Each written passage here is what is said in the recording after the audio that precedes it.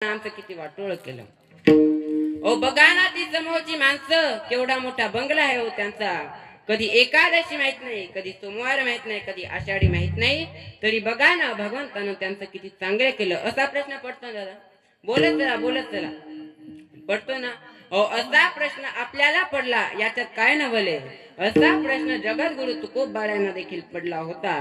तुकोबाराय म्हणतात, देवा अरे असं काय चुकले माझं, असं काय चुकले माझं की अवघ्या 2 वर्षात माझ्या घरातली 4 माणसं मिळावीत. अहो तुकोबारायांचा मुलगा दूध मिळालं नाही म्हणून मेला होता. तुकोबारायांची पत्नी अन्न करता मेली होती. दादा तुम्हाला एक महत्वाची गोष्ट सांगतो. तुम्हाला जर या जगामध्ये व्हायचंच असेल, तुम्ही चांगले कीर्तनकार व्हा, चांगले गायक व्हा, चांगले वादक व्हा, परंतु साधू होण्याच्या भानगडीत मात्र कधी पडू नका.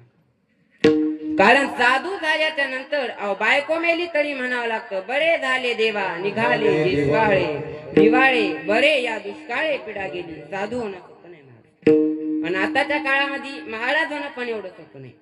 आता मी किती चांगलं कीर्तन करू द्या, लक्ष देताय ना इकडं. आता मी किती चांगलं कीर्तन करू द्या आणि एखाद्या मथाल्यालाही चढू द्या. कसं काय केलं कालच्या त्या मारुती महाराजांना कीर्तन, ते म्हणते बरं केलं, वयाच्या मनाने बरं बोललं ते. पण इथं बोलू आमच्या फासोळ्या उघड्या पडल्या तरी म्हणते वयाच्या मनाने बरं केलं. दादा तुमच्या समोर बोलू नये एवढा अधिकार नाही माझा, परंतु बोलून जातो. आम्हाला किती येतं हे तुम्ही कशाला बघता. आम्ही याच झोपलो नसतो, हाच आमचा मोठा परमार्थ. महाराज काय बायका त्याच्या नजरे देखत जीन्सच्या पॅन्टी घालते, काय सांगा घालते का नाही, तरी आम्ही झोपलो नसतो. महाराज हाच आमचा मोठा परमार्थ आहे. काही श्रीमंत माणसाला अशी घमेंड असते की आमच्याकडं पैसा भरपूर आहे, पण पैसा जो आहे ना तुमच्याकडं, एक वाक्य लिहून ठेवा माझं.